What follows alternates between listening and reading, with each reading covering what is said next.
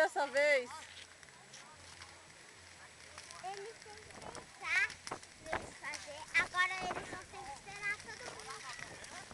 Ai, o fogo tá subindo! Pega o telefone, a câmera tá dos dois pontos. É, cabeção! Ai, os fios! Ô, Arnaldo, olha! Vai. Ai, meu Deus! Ai, que... É, pai! Não é? Não tem culpa não. Tem sim. O que foi, menina? Que ficar o que? Meu pai! O que foi?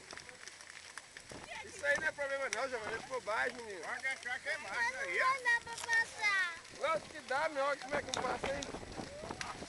O fogo tá indo pra lá. Vai indo, mas ele tá ali mesmo. Ele para ali, ó. Aí dá.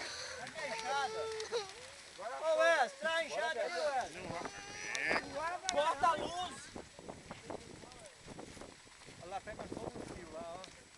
O bonde tá com água. Vai pegar no poste! Eu tô falando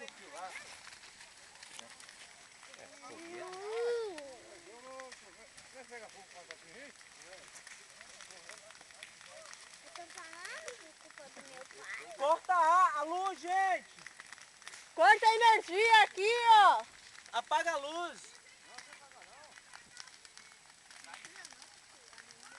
Viva São João! Não viva São João. Ih, capim vai embora, viu? Ó o Chico ali, ó. Sai daí, Chico! Tá onde? Pra lá. Oi!